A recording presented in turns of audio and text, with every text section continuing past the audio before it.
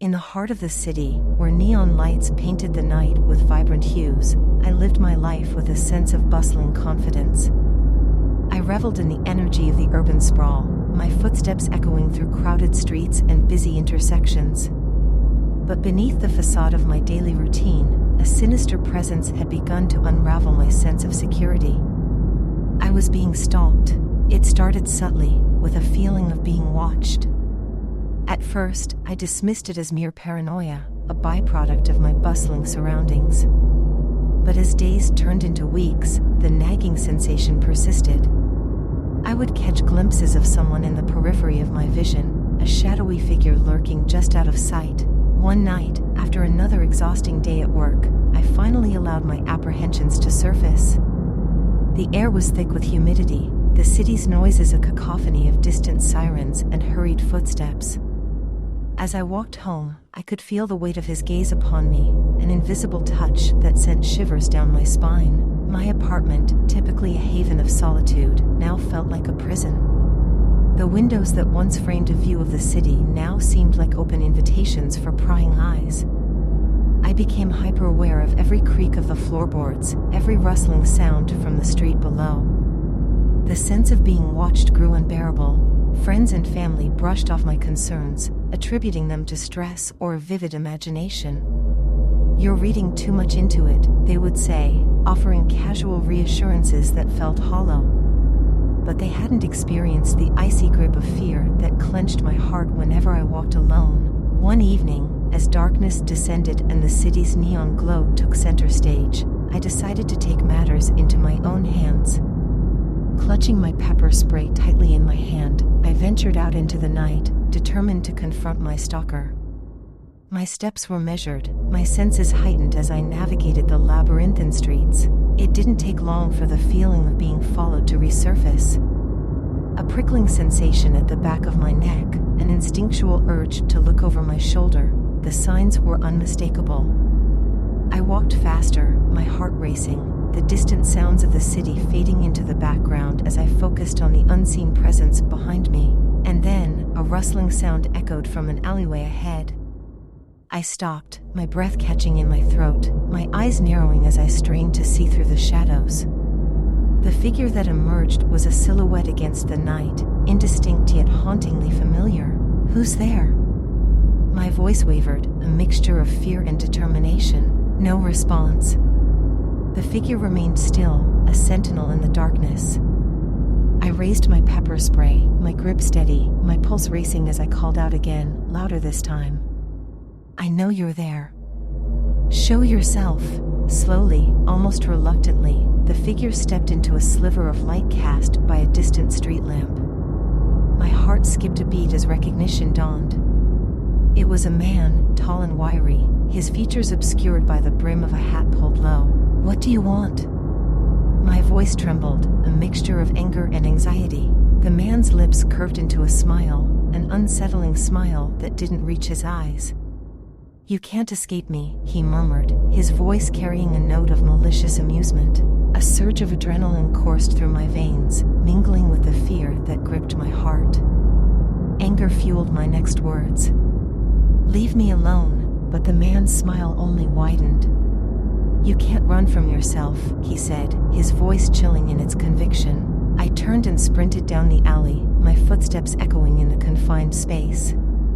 Panic gnawed at my insides as I dashed around corners and through narrow passages, desperate to escape the pursuing figure.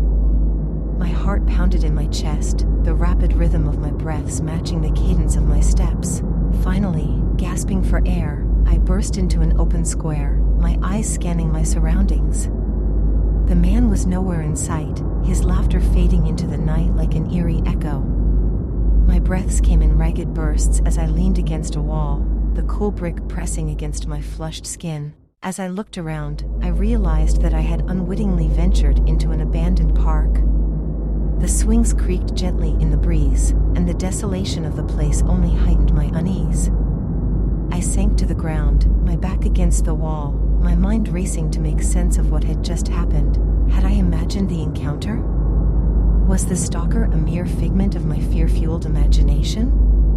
The city seemed quieter now, the neon lights casting long shadows that danced across the pavement. I knew one thing for certain: I couldn't keep living in this constant state of paranoia. As days turned into weeks, I became consumed by a frantic need to uncover the truth. I delved into research, piecing together news articles and social media posts, trying to find a connection to the enigmatic figure who had been haunting me. Sleep became elusive, my nights spent in restless contemplation, my mind churning with possibilities. One evening, as the city's lights painted the night with their vivid glow, I received an unexpected message on my phone. The text was short, simple: "Meet me where it all began." The message was unsigned, the number unfamiliar, but a knot of anticipation formed in my stomach. Was this a trap? A cruel joke? Or could it be the answer to the questions that had tormented me for so long? With a mixture of trepidation and determination, I found myself retracing my steps to the alley where I had first confronted the figure. The shadow seemed deeper, the night more impenetrable. The air was heavy with a sense of foreboding, and my heart raced as I waited. And then, he appeared, the man in the hat, his figure merging with the darkness. My breath caught in my throat, my instincts urging me to flee. But something held me in place, a desperate need to finally confront my tormentor. "Who are you?"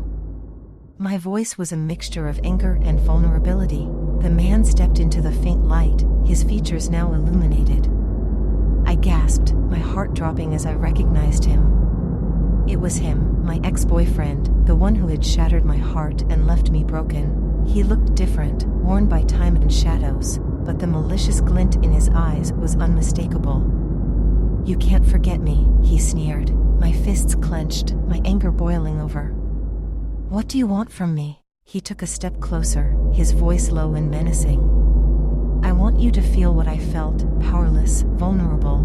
Memories of our tumultuous relationship flooded back, the manipulation, the lies, the control he had exerted over me. I had thought I had escaped him, moved on, but his presence had lingered in the shadows. "You don't have power over me anymore," I spat, my voice shaking but defiant. He laughed, a hollow sound that reverberated through the alley. "You can't escape your past. You can't escape me." The anger that had been simmering within me ignited into a blazing fire. With a surge of determination, I took a step forward. "You're wrong. I can, and I will." As if fueled by my defiance, the man's features contorted with rage. He lunged at me, his hands outstretched, his intent clear. Instinct kicked in, and I raised my pepper spray, aiming for his eyes. The spray hit its mark, and he stumbled back, clutching his face in agony.